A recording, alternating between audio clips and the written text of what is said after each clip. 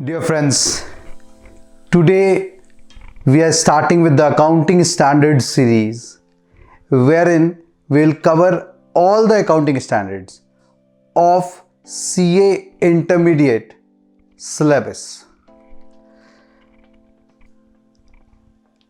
Jumping directly to the topic, Accounting Standard 1, Disclosure of Accounting Policy. Now, ये accounting standard properly समझने के लिए हम लोगों को ये समझना पड़ेगा कि कहाँ क्या डिस्क्लोजर करना है और अकाउंटिंग पॉलिसी क्या होता है. I will take you for the moment to the PDF notes. ये PDF नोट्स आपको मिल जाएगी. आप प्लीज आइएगा. अकाउंटिंग स्टैंडर्ड 1 कर रहे हैं, disclosure of accounting policy. Accounting policies are specific accounting principles. आखिर क्या होता है प्रिंसिपल्स अभी समझेंगे. And the methods of applying those principles adopted by an enterprise in the preparation and presentation of financial statements. हम लोगों को समझना है फाइनेंशियल स्टेटमेंट. हम लोगों को समझना है आखिर अकाउंटिंग पॉलिसी किसको बोलते हैं. प्लीज, फाइनेंशियल स्टेटमेंट्स पूरे एक पर्टिकुलर फाइनेंशियल पीरियड, नॉर्मली एक फाइनेंशियल पीरियड एक साल का होता है इंडिया में, अप्रैल से मार्च. फाइनेंशियल पीरियड एक महीने का भी हो सकता है, 6 महीने का भी हो सकता है, बट कम से कम एक साल का फाइनेंशियल स्टेटमेंट हर एक एंटरप्राइज को in form of balance sheet, PL account, cash flow statement and notes to accounts में बनाना पड़ता है. So financial statement क्या होता है? It comprise of 4 things: balance sheet, PL account, cash flow statement and notes to accounts. Reliance Industries का 540 page का financial statement बनता है, एनुअल रिपोर्ट. फाइनेंशियल स्टेटमेंट के अलावा और भी कई चीज उन लोगों के एनुअल रिपोर्ट में रहता है. उसमें से 140 page out of 140 pages comprise of notes to accounts. ये नोट्स टू अकाउंट्स डिस्क्लोज होती है totally on the guidelines of accounting standards. Such is the importance of accounting standard that in a financial statement approximately 140 pages of Reliance Industries comprise of notes to accounts. चलिए, ये समझिए कि financial statement क्या होता है. आप समझने की कोशिश करेंगे अकाउंटिंग प्रिंसिपल क्या होता है और अकाउंटिंग पॉलिसी क्या होता है. सर, अकाउंटिंग प्रिंसिपल बहुत सारे हो सकते हैं. देखिए, ये जो ग्रेटर देन है, इट इज, ये सिर्फ क्वांटिटेटिव पर्पज के लिए है. क्वांटिटेटिव पर्पज के लिए है. मीन्स अकाउंटिंग प्रिंसिपल बहुत हो सकता है, अकाउंटिंग स्टैंडर्ड उसमें से कम होगा और अकाउंटिंग पॉलिसी उसमें से 1 या फिर 2 होगा. अकाउंटिंग प्रिंसिपल, किसी भी अकाउंट्स को करने की बहुत सारी प्रिंसिपल्स हो सकती है. फॉर एग्जाम्पल, आपको अपनी स्टॉक की वैल्यूएशन करनी है. आपने CA फाउंडेशन में पढ़ा होगा कि स्टॉक को वैल्यू करने का बहुत सारा तरीका होता है. Example LIFO, last in first out. Example FIFO, example weighted average. एक बार अपने 3 लेकर चलते हैं. So accounting principle for valuing a particular stock can be LIFO, can be FIFO, can be weighted average. Now, accounting standard वालों को LIFO अच्छा नहीं लगा. वो बोलते हैं या तो आप स्टॉक को वैल्यू FIFO के बेसिस पे कीजिए या फिर आप वेटेड एवरेज के बेसिस पे कीजिए. मैं बहुत ही जनरलाइज्ड में बात कर रहा हूं. Don't be very technical in this particular. समझाने के लिए बात कर रहा हूं.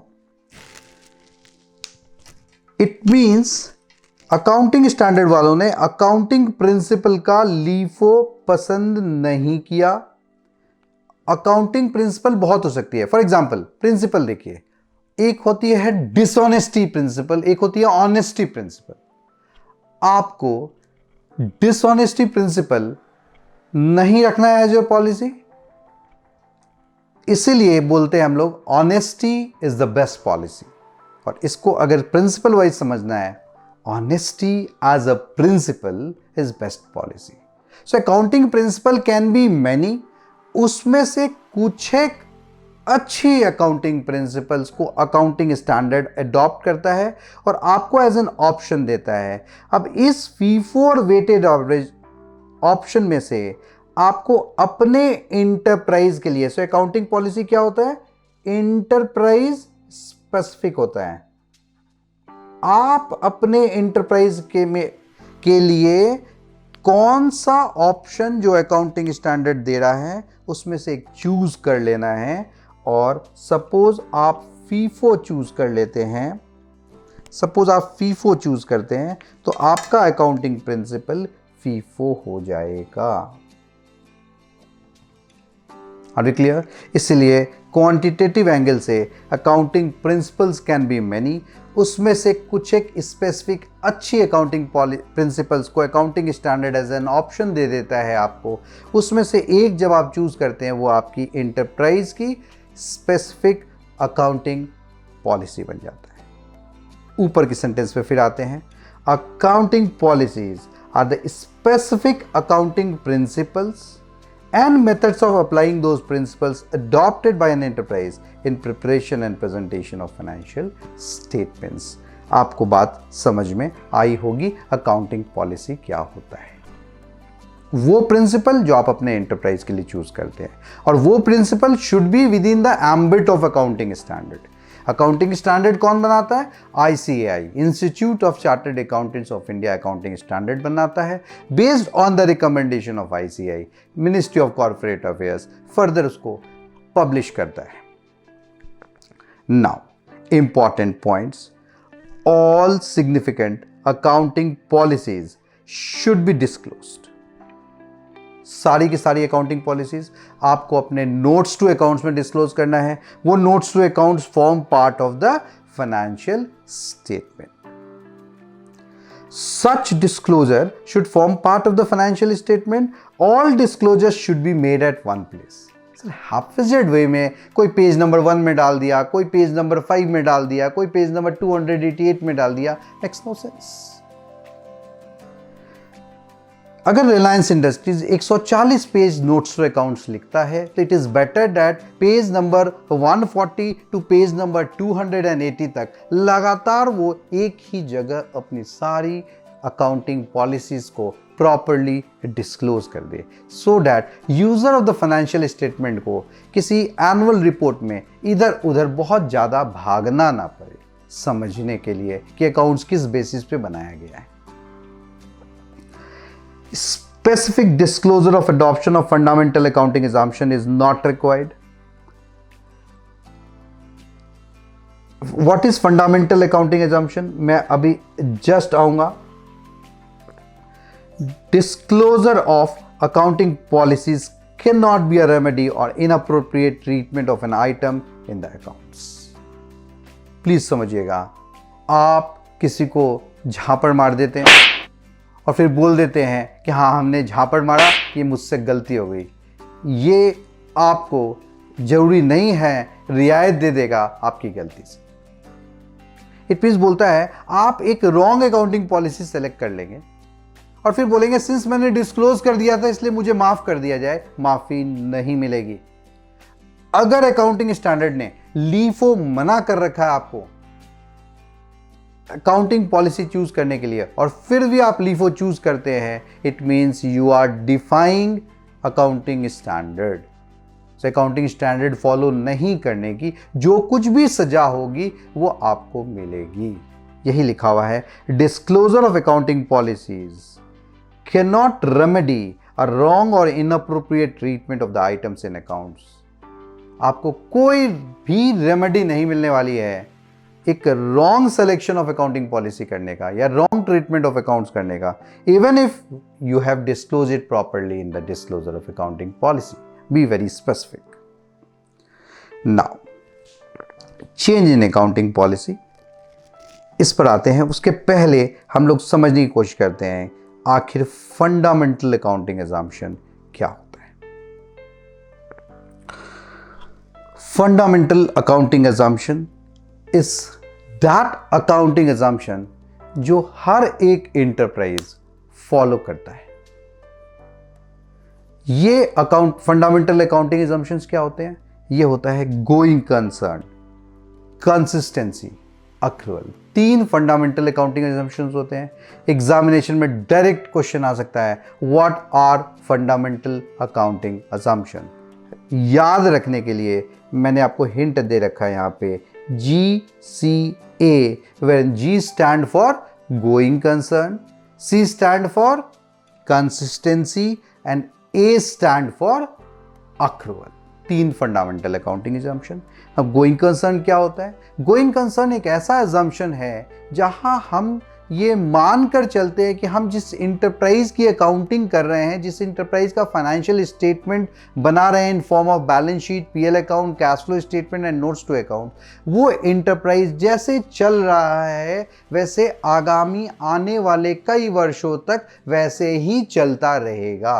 The way the enterprise has been running, I'm assuming it will keep on running in the same way, in the same fashion, in the same manner. It means आपको ऐसा कहीं भी अंदाजा नहीं है कि ये कंपनी या इंटरप्राइज बंद होने वाला है. अगर आपको लगता है ये कंपनी बंद होने वाला है तो गोइंग कंसर्न असम्पशन नहीं रहेगा. नॉर्मल सिनेरियो में हम ये हमेशा मान के चलते हैं कि वो कंपनी जैसे चल रहा है वैसे चलता रहेगा. ये एक फंडामेंटल अकाउंटिंग असम्पशन है. ये एक अकाउंटिंग असम्पशन है जो माना जाता है कि सभी कोई फॉलो करते हैं अकाउंट्स बनाते वक्त, अनलेस एंड अनटिल आपके पास कोई कॉन्ट्रैरी एविडेंस हो कि कंपनी बंद हो जाएगी. Next, consistency.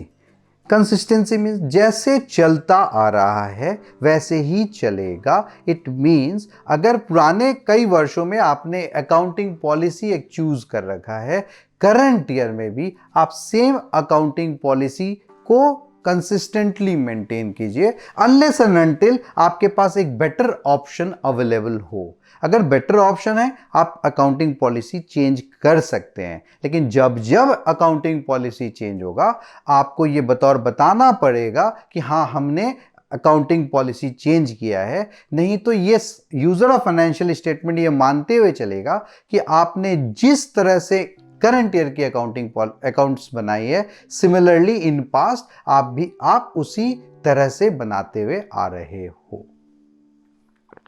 So the consistency principle of accounting states that an enterprise consistently applies its accounting methods and policies from one financial year to another.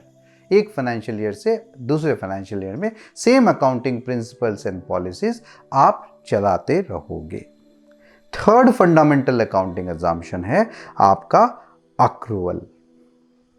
That is income and costs are recorded in the financial statement of the periods to which they relate, not in the period in which money is received or paid. Accrual system of accounting, ये आपने foundation में भी पढ़ रखा होगा या जो बच्चे 11th 12th भी कर रखे हैं कॉमर्स से वहाँ भी पढ़ा होगा कि accrual system of accounting means अगर इनकम या एक्सपेंस जिस पीरियड का हुआ है, पीरियड स्पेसिफिक, जिस पीरियड में इनकम हुआ है उस पीरियड में इनकम रिकॉर्ड होगा, चाहे रुपया आया हो या ना आया हो. जिस पीरियड में एक्सपेंस हुआ उसी पीरियड में एक्सपेंस रिकॉर्ड होगा, चाहे रुपया आया हो या ना आया हो. हाँ, जब इनकम रिकॉर्ड आपको तभी करना है जब रुपया आने की प्रोबेबिलिटी आपकी सर्टेन होगी. जिस पीरियड में आपको लगता है कि आपने माल बेचा है और रुपया आ जाएगा, आप प्लीज सेल को रिकॉर्ड कर लीजिए भले ही रुपया न आया हो. अक्रूवल. सो ये तीनों फंडामेंटल अकाउंटिंग असम्पशन है. वापस से एक बार ऊपर आते हैं. एक सेंटेंस मैंने स्किप कर दिया था, पढ़ते हैं उसको. specific disclosure for the adoption of fundamental accounting assumption is not required. Sir ये पूरे गांव को, पूरे मोहल्ले को, पूरे शहर को, देश को पता है कि फंडामेंटल अकाउंटिंग एग्जाम्पशन आपने लगाया होगा अकाउंट्स बनाते वक्त। ये अलग से बताने की, डमरू बजाकर अलग से बताने की दरकार नहीं है कि आपने गोइंग कंसर्न अज्यूम किया है, आपने कंसिस्टेंसी मेंटेन किया है और आप अक्रूअल सिस्टम ऑफ अकाउंटिंग है, ये बताने की दरकार नहीं है। हाँ, अगर इन तीनों में से अगर कोई भी अजम्पशन आपने अडॉप्ट नहीं किया है अपनी अकाउंट्स को बनाते वक्त, तो एकदम जोड़कर डमरू बजाते हुए आपको अपने नोट्स टू अकाउंट्स में डिस्क्लोज करना है कि हमने कौन सी वाली अजम्पशन किस रीजन के चलते अडॉप्ट नहीं किया है। So specific disclosure for the adoption of fundamental accounting assumption is not required. Next, change in accounting policy. अब समझ में आएगा, any change in accounting policy which has a material effect in the current period or which is reasonably expected to have material effect in the later period should be disclosed। कोई भी accounting policy, suppose आप fixed assets किसी एक method से value कर रहे हैं, अगली बार किसी दूसरे मेथड से वैल्यू करना चाहते हैं क्योंकि आपको ऐसा लगता है कि दूसरा मेथड से वैल्यू करना एक ज़्यादा बेहतर अजम्पशन होगा rather than the old ones, in that case you can change your accounting policy। but जब भी आप अपनी अकाउंटिंग पॉलिसी किसी भी मैटर में चेंज करेंगे, आपको उस चेंज के बारे में बताना पड़ेगा। और उस चेंज होने से, सर देखिए, डिस्क्लोजर में हमेशा एक चीज़ ध्यान रखिएगा, सिर्फ बोलना नहीं है कि हमने चेंज किया है, उस चेंज करने से कितने रुपए का प्रॉफिट एंड लॉस अकाउंट में चेंज आया है वो भी आपको अलग से बता देना है। Since this is the first accounting standard, I am not wanting to go into much technicalities of the accounting standard because AS1 हर एक अकाउंटिंग, आने वाले हर एक अकाउंटिंग स्टैंडर्ड से रिलेटेड है। सो अकाउंटिंग स्टैंडर्ड 1 को मैं बार बार रेफर करता रहूँगा। जब भी मैं AS2 करूँगा, जब भी मैं AS3 करूँगा, जब भी मैं AS4 करूँगा, 5, 6, 7, जब भी मैं जैसे करता रहूँगा, आपको AS1 वापस से याद दिलाता रहूँगा। In case of a change in accounting policies which is a material effect in the current period, the amount by which any item in the financial statement is getting affected by such change should be disclosed। सिर्फ बोलना नहीं है, amount भी बताना है। तो मैं यहां लिख देता हूं, सिर्फ बताना नहीं है, अमाउंट भी बताना पड़ेगा। आपको अमाउंट भी बताते हुए चलना पड़ेगा। Am I clear? So the page number 1 of the accounting policy is complete। आइए अब एक एग्जामिनेशन पॉइंट ऑफ व्यू से एक बहुत इंपॉर्टेंट क्वेश्चन डिस्कस करते हैं। क्वेश्चन डायरेक्ट आ सकता है, what are major considerations that govern the selection of accounting policy. इसका मतलब समझते हैं। सर आपको अपने दिमाग में क्या क्या इंपॉर्टेंट चीज रखना है किसी भी अकाउंटिंग पॉलिसी चूज करते वक्त। हमने पढ़ा बहुत सारी अकाउंटिंग प्रिंसिपल हो सकती है, उसमें से कुछ एक accounting standard as an option आपको देता है और उस available options by the accounting standards में से एक आपको चूज करना है। एक कैसे चूज करें, क्या ध्यान में रखते हुए चूज करें, ये आपको अकाउंटिंग स्टैंडर्ड ही बताता है। बोलता है major considerations governing the selection of accounting policies. यहां पर याद करने के लिए मैंने लिख दिया है PSM। उधर क्या था, फंडामेंटल अकाउंटिंग एजम्पशन, क्या था GCA, going concern, consistency, accrual. इधर क्या है, major consideration governing the selection of accounting policy is PSM। P stand for prudence, S stand for substance over form and M stands for materiality। उधर भी 3 point, इधर भी 3 point. भाई prudence क्या होता है, प्रूडेंस सिंपली मीन्स कंजर्वेटिज्म। ये terminology आपने 11th-12th में किया होगा या फिर सीए फाउंडेशन में किया होगा। नहीं भी करेंगे तो अभी मैं बता देता हूं दैट इसका मतलब है कि भाई आप एक्सपेंस लगता भी है कि देना पड़ेगा तो रिकॉर्ड करने की चेष्टा कीजिए। एक्सपेंस सारी की सारी रिकॉर्ड करने की चेष्टा कीजिए जितनी जल्दी हो सके। लायबिलिटीज सारी की सारी रिकॉर्ड करने की कोशिश कीजिए जितनी जल्दी हो सके। लेकिन इनकम आप तभी रिकॉग्नाइज कीजिए जब आप सर्टेन हो कि हाँ ये रुपया फाइनली मिलने वाला है। जब तक आप रियलाइजिबिलिटी पे सर्टेन नहीं हो, वो रुपया पक्का मिलेगा ये सर्टेनिटी नहीं हो, इनकम रिकॉग्नाइज मत कीजिए। बट एक्सपेंस अगर थोड़ा भी लगता हो कि हाँ हमें देना पड़ सकता है तो उसको एज अ प्रोविजन और एज अ लायबिलिटी रिकॉग्नाइज करने की चेष्टा करना है। यही प्रूडेंस है। तो जब भी आप कोई अकाउंटिंग पॉलिसी को चूज करते हैं तो ऐसा ध्यान में रखना है कि ऐसा अकाउंटिंग पॉलिसी चूज ना हो जाए जिससे प्रूडेंस कंसेप्ट के खिलाफ अकाउंटिंग पॉलिसी बन जाए।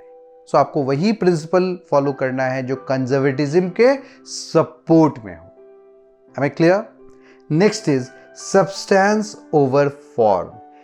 इसको एक बार आप प्लीज लिखिएगा, लॉजिक along with लॉ। इसका मतलब है कि सर वापस आते हैं, मैं एक शुरू से एक एग्जांपल लेके चल रहा हूं वैल्यूएशन ऑफ इन्वेंट्री का। अकाउंटिंग स्टैंडर्ड बोलता है मर्जी फीफो ले लो, मर्जी वेटेड एवरेज ले लो, हम कहीं नहीं रोकने वाले हैं आपको। इसका मतलब ये नहीं है कि आप पॉकेट से कॉइन निकालोगे और हेड एंड टेल करोगे, जो आ जाएगा वो सिलेक्ट कर लेंगे। No, maybe the law और द फॉर्म सेज, फॉर्म का मतलब लॉ होता है, maybe the law is telling you to select either of the two, but please apply your own brain logic in selecting one accounting policy, whichever is more appropriate for your organization. Substance over form is the accounting treatment and presentation should be governed by their substance, not merely by the legal form. सिर्फ legal form नहीं देखना है आपको उसका substance, उसका अपना materiality भी check करना है। लॉजिक लगाते हुए आपको अकाउंट्स को करना है, सिर्फ लीगल फॉर्म को ध्यान में नहीं रखना है, लॉजिक को भी ध्यान में रखना है। Logic along with the law is substance over form. Third is materiality. Materiality means all important items. Materiality simply means important items. सारी की सारी important items को आपको ध्यान में रखते हुए ही selection of accounting policy करना है। Materiality is financial statement should disclose all material items. That is the items, material item किसको बोलते हैं?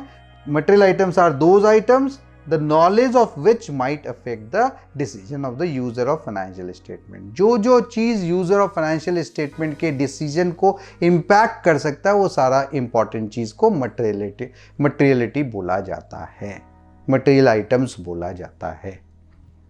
तो आप अकाउंटिंग पॉलिसी सिलेक्ट करते हुए प्रूडेंस को अपने मद्देनजर में रखेंगे, सब्सटेंस ओवर फॉर्म को ध्यान में रखेंगे, मटेरियलिटी को ध्यान में रखेंगे और तब कोई अकाउंटिंग पॉलिसी सिलेक्ट करके आएंगे, तब जाकर खिलेगा आपका accounts.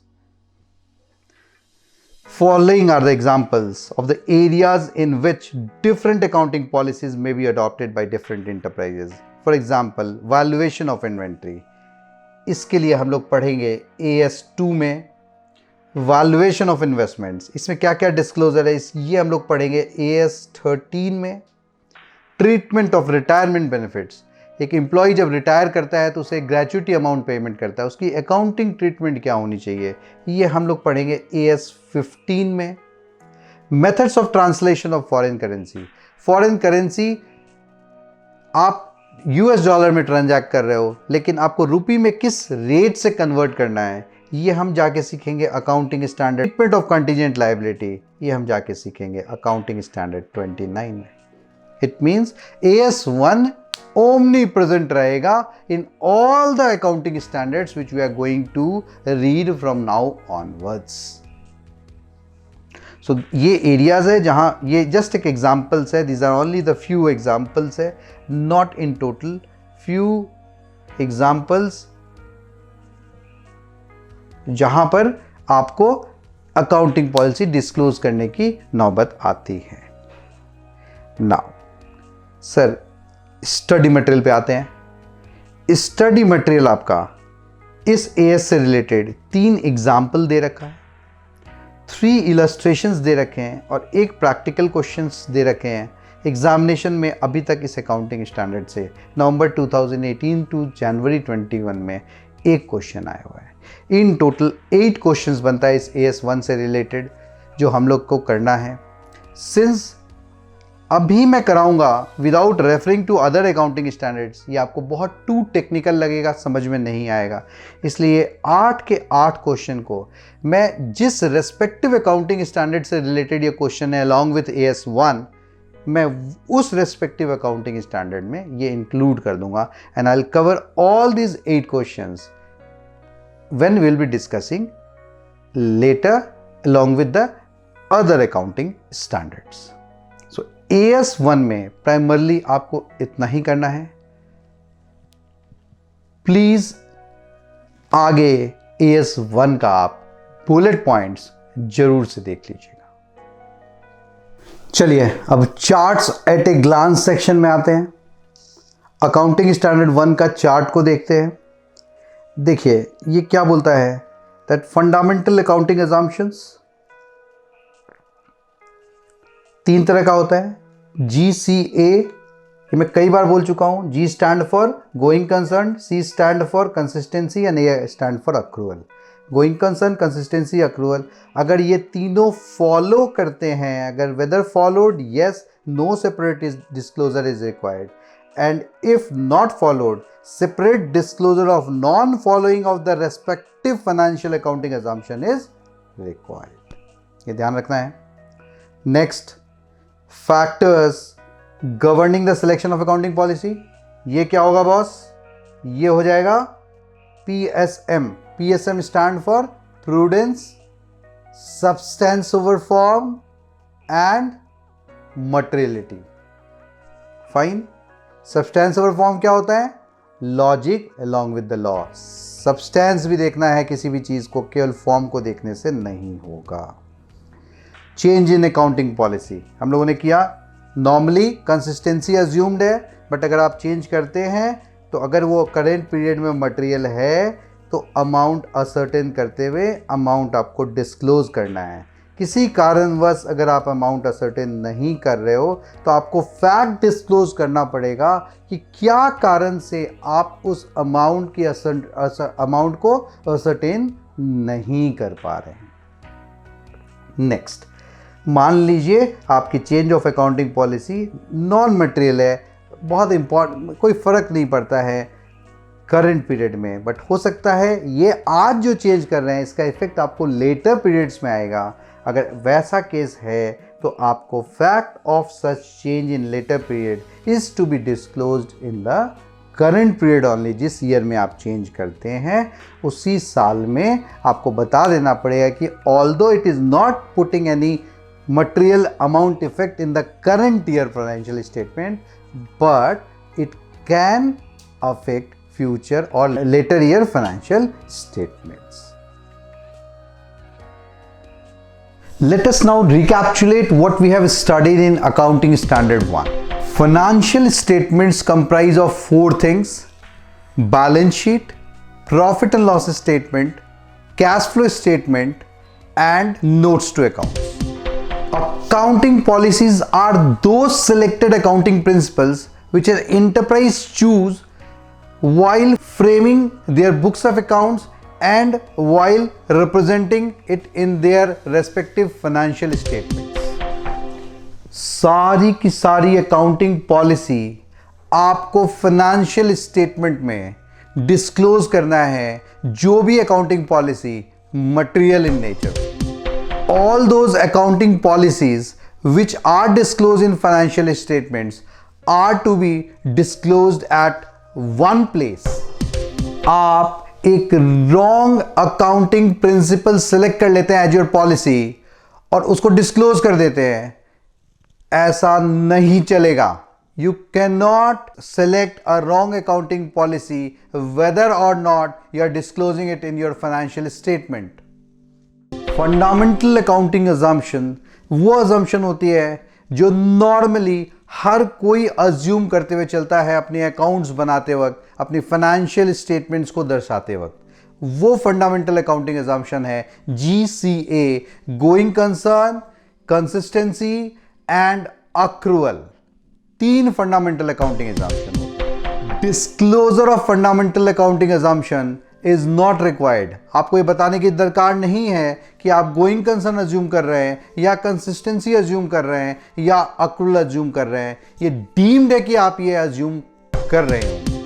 The basic principle and consideration through which you select an accounting policy are PSM, wherein P stand for prudence, S stand for substance over form, and M stands for materiality. Prudence is conservatism, substance over form is logic लगाना है along with the law, and materiality means important items. Normally ये समझा जाता है कि आप अपनी accounting policy हर साल कंसिस्टेंट रखेंगे. फिर भी अगर फॉर द बेटरमेंट सेक अगर आप कोई अकाउंटिंग पॉलिसी चेंज करते हैं किसी रेस्पेक्टिव फाइनेंशियल पीरियड में, तो आपको उसका इफेक्ट फाइनेंशियल स्टेटमेंट में, आपकी बैलेंस शीट में, आपकी प्रॉफिट एंड लॉस स्टेटमेंट में कितने रुपए से चेंज हुआ है वो आपको क्वांटिफाई करके बताना पड़ेगा. और आपको ये भी बताना पड़ेगा कि आपने चेंज ऑफ अकाउंटिंग पॉलिसी किया है in a very clear and crystal manner. The change of accounting policy is affecting your financial statement is mandatorily to be written, wherein you are not able to quantify the net change in the financial statement. The fact should be disclosed that you are not able to determine the amount because of such change of accounting policy. With this, friends, we come to the end of our session on Accounting Standard 1. फिर मिलेंगे Accounting Standard 2 के लिए.